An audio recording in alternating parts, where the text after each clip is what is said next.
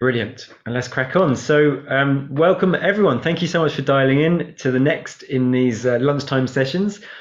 These are the webinars. I'm Rob Webben, and we are trading 15 minutes of your precious time to hear from someone incredible in our network and beyond, actually. So, this week, we've got a real cracker. I'm so excited about this one. So, this is Maren Krings. Who we'll be hearing from very shortly. I'm afraid these sessions are so short that we don't really take questions on the sessions, but please do drop them into the chat box, send them to me via email. We're going to be setting up kind of a response afterwards, so any questions Maren will respond to, and then we'll be looking to get everyone into perhaps a LinkedIn group or something so we can carry on the dialogue. We'll share information at the end about how you can find out more and get in touch with Maren. So yeah, for now, I'm super happy to introduce you to Maren Krings, photographer, world traveler, expert on all things hemp. I was introduced to Maren by Pamela, who's also on the call. Hi, Pamela. If you missed Pamela's call session from last week, I thoroughly recommend watching that as well. And Maren, I'm really genuinely very excited about hearing from you, the benefits of hemp. So firstly, if you don't mind, just a quick introduction about yourself, maybe a minute or so, just to tell us your background and how you got to this point in time. Sure.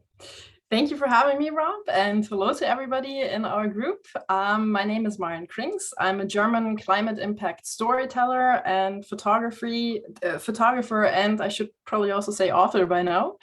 I just published a 624 pages hemp encyclopedia, and what was involved in this book actually also turned me a little bit into somewhat of an entrepreneur, because the paper for the book had to be especially developed because there was no hemp paper available. So it's been, this whole project has occupied my life since the last 6 years. As Rob already said, I've been traveling through 26 countries on 4 continents to basically document and research on how hemp is being rediscovered and used in especially the mitigating effects of our climate crisis. So there's obviously a lot of things you can do with hemp, but I was especially curious to see if it has any impact on our socio-ecological let's say shortfalls and if we can bring them back into, let's say, the sweet spot. I guess I'm placed in a good company today because you guys are from Britain, so you probably know Kate Raworth and her donut economy, which has been one of the carrying ground structures for my book, and I've basically spent the last 2 years finishing the book by really looking in depth on how hemp can address each and every one of these humanitarian shortfalls. Oh, that's cool. I didn't realize you'd looked at it through the lens of the donut economics. That's really exciting. Oh, this is a book I have got to buy. So I think what's fascinating for me is always the way hemp's not new, is it? We as a civilization have been using hemp for many hundreds, thousands of years. Can you give us just a tiny bit of background? Like, what's the origin? In fact, I mean, hemp is a wild-growing plant that is so adaptable to geographies that you find it literally anywhere. It grows from Iceland to Pakistan, Afghanistan, to India, to Mongolia, to Latin America. I mean, that's why it got that nickname, weed, because once you got it growing, you're going to be having a really hard time getting rid of that plant again. And that's why it was also, obviously it has so many multiple uses, from medication to, of course, this is new time now when I say plastics and, phytoremediation, cleaning soils with hemp, and textiles and building materials. But people then also knew it. So hemp was actually the first domesticated plant by humanity, which obviously dates back to about 12,000 years. And this is quite some time. So that's why I keep talking about the rediscovery, because none of what we're doing nowadays was any secret to the ancient people. The Romans built with hempcrete. That's why we have a lot of these structures still around. So yeah. Didn't know that. Isn't that the thing though? Doesn't it just seem that all the kind of the solutions that we need, we know and have known, and our ancestors knew them very well, and it's about it's about these old materials which are fantastic.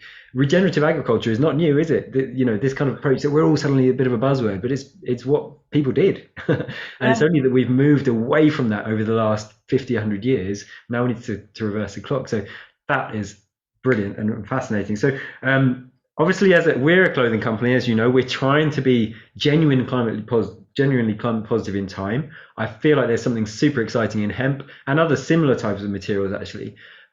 So, if we can just briefly touch on that, but I know we want to keep this high level and look at all the benefits of hemp, not just textiles, because we're not all textile nerds like me. Right.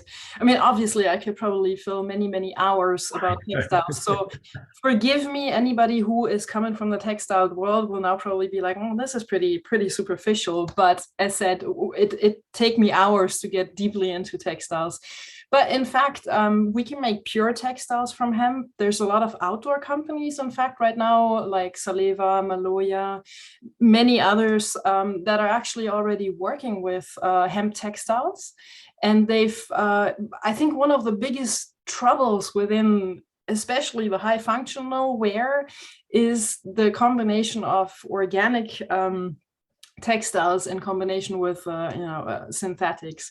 We've gotten so used to durability in terms of rip stop and all these specialty membranes and everything, that going back to the organic materials such as wool, as hemp, flax, I mean there's much more, obviously also cotton is also a natural material, except it leaves quite a bit footprint when we start growing it, and especially in the places where we can grow it. So this is one of the biggest pluses from hemp, that it really grows in any geography. Of course, different kinds, not all of them will be textile kinds, but it grows nearly without fertilizer, and it definitely does not grow with any of the chemicals such as herbicides and pesticides. In fact, if you use them on hemp, hemp will not grow. So you have a pretty clear indicator when hemp doesn't want to lift up its leaves anymore, then you've done something wrong. You've gone back to the modern way. And it seems like from the photos I've seen, from your photos I've seen, it seems like it's really productive in any space of land. You get a lot of bang for your buck. Yes. In fact, hemp, there's very different kinds, and this is what people usually get confused about, because the challenge starts with a farmer making a decision what they're growing for. If they're growing hemp for textiles, for CBD, for flour, for tea, for food, for building material, you want to make that decision before you go into putting the seeds in the ground. And then, of course, when you're putting the seed in the ground, please evaluate what ground you're putting it into, because if we're talking about polluted ground, and now some people might be like, well, organic is organic.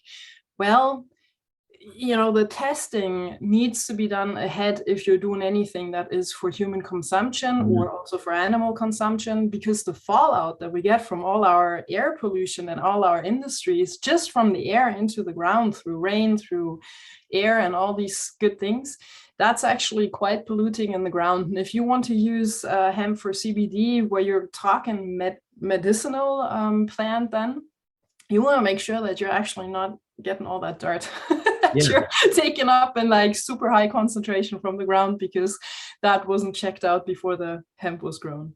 But it's really interesting that remediation point. Charles has put a message into the chat.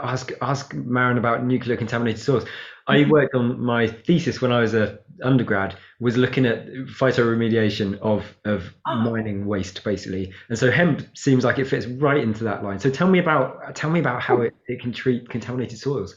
Rob, you're gonna like the story that I have in my chapter on phytoremediation with hemp. In fact, it was in the very last stage of putting the book together. I heard about a group of scientists in South Africa who are trying to clean the leftover gold mining spaces in South Africa, specifically in the city of Johannesburg, with hemp. And of course, I got very, excited, and I reached out. They gave me an exclusive interview. They shared their research material, like their scientific papers with me. It was absolutely mind-blowing, and I put them into the book, even though I didn't have a chance, because of COVID still being somewhat in place, to visit them physically. But what they're doing is they're using different ways that hemp can actually phytoremediate the soil. So you can clean contaminated waters with hemp.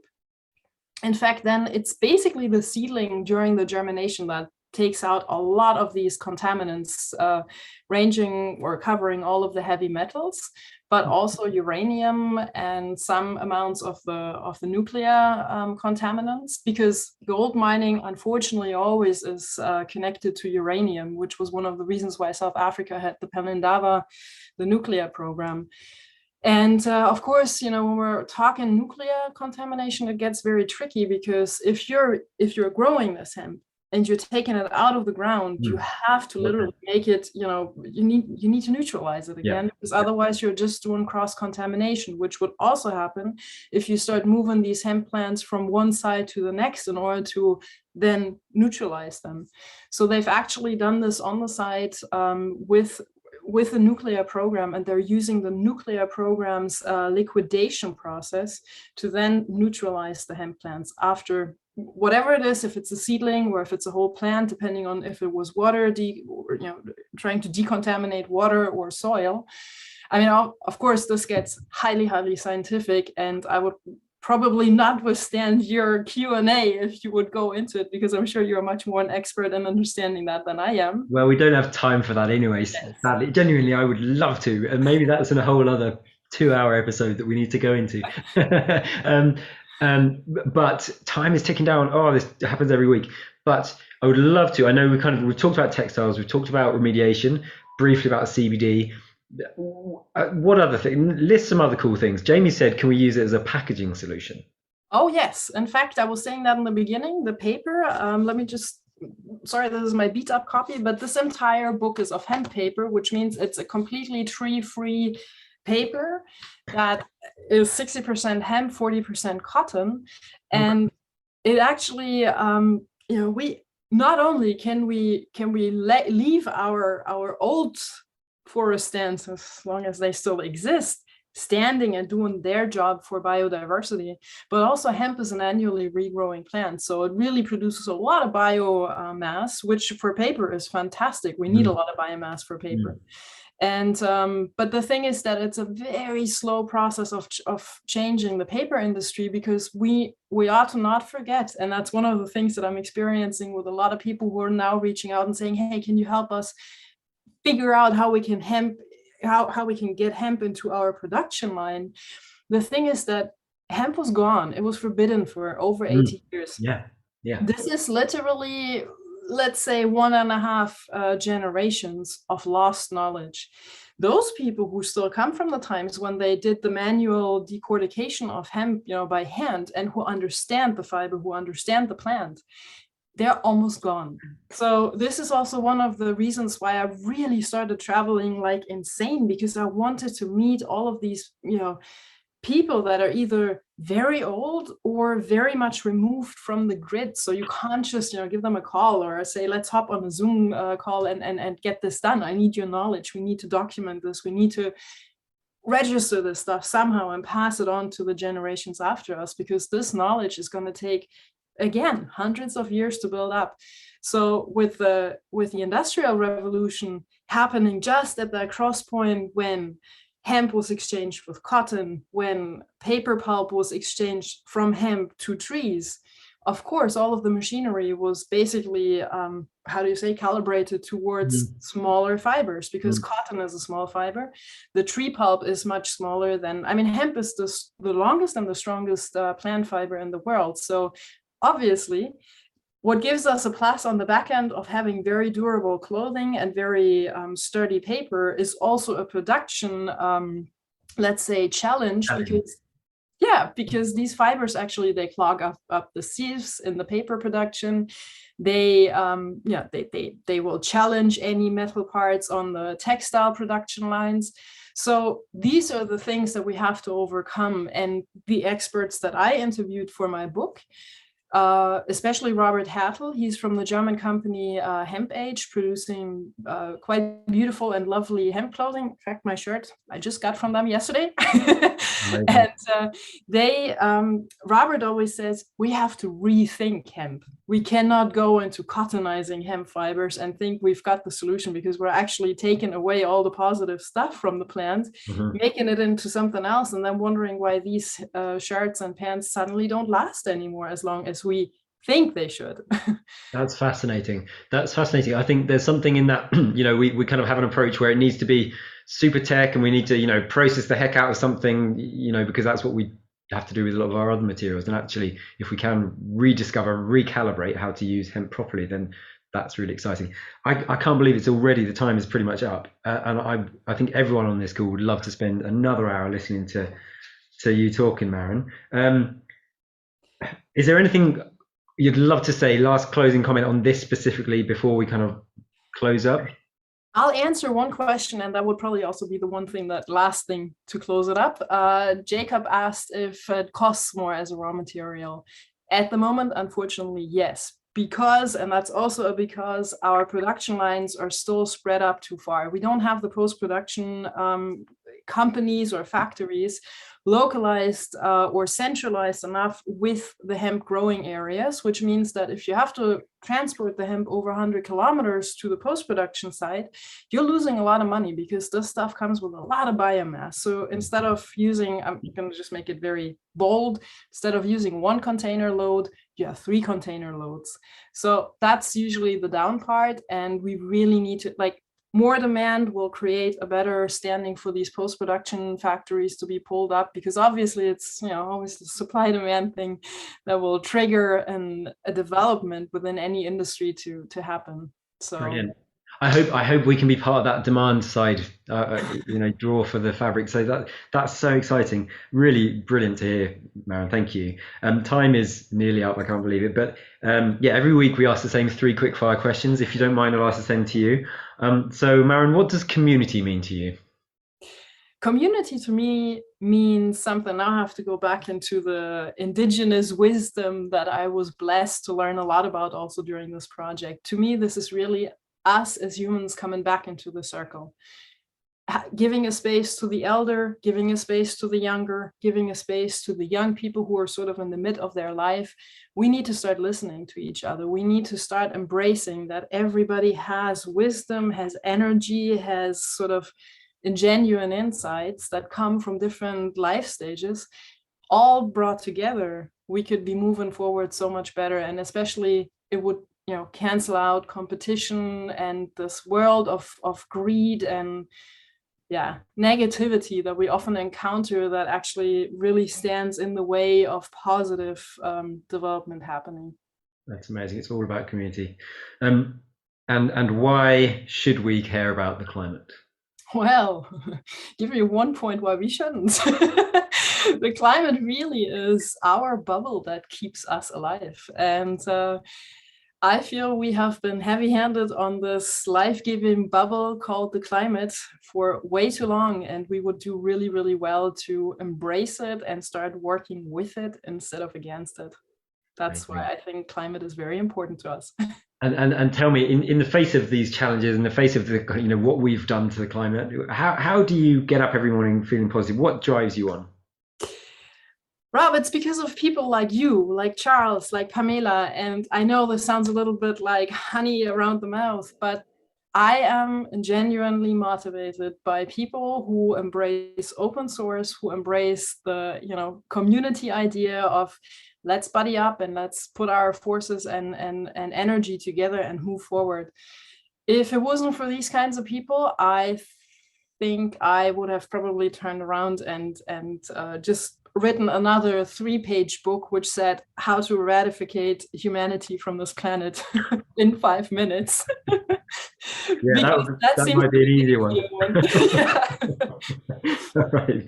Oh, amazing. Thank you so much. Oh, before we finish up, please tell everyone listening and who are going to be dialing in to kind of watch on catch up, how can they find out more about you and more about the book should they wish to know more? If you go to my website, it's Maren Krings. So it's my full name. Not sure if I should jot that into the chat box quickly. MarenKrings.com. That is my website. You can connect through the website with my social media channels. H is for Hemp is Instagram. Maren Krings Photography is on Facebook. I am trying to keep all of these channels fairly updated. I'm actually resuming the book tour as of today.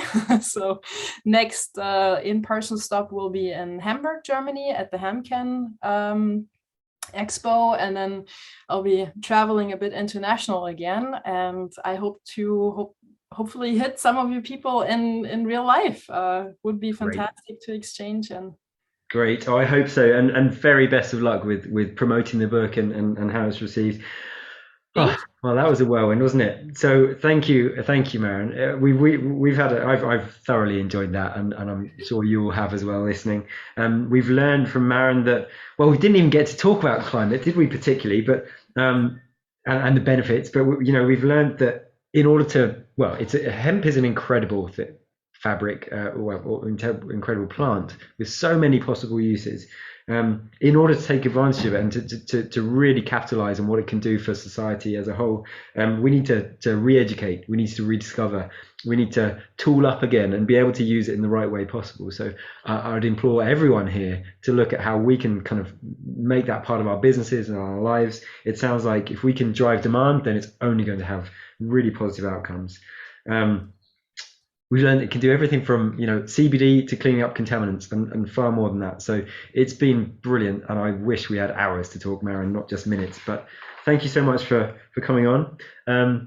If everyone has enjoyed today's session, I'd like to recommend you dialing next week. We've got a conversation with David Starley, who's the co-founder of Green Runners next week, co-founder alongside ultra running legends Jasmine Paris and Damien Hall. That's really exciting as well. So please come along to that one. Until then, have a brilliant weekend. I just say thank you again, Maren. Fantastic. And I hope you all get time to spend a bit of time outdoors with your loved ones, doing whatever it is to recharge so you can come back on Monday and start changing the world again. Thanks very much. Take care. Thank you, Rob.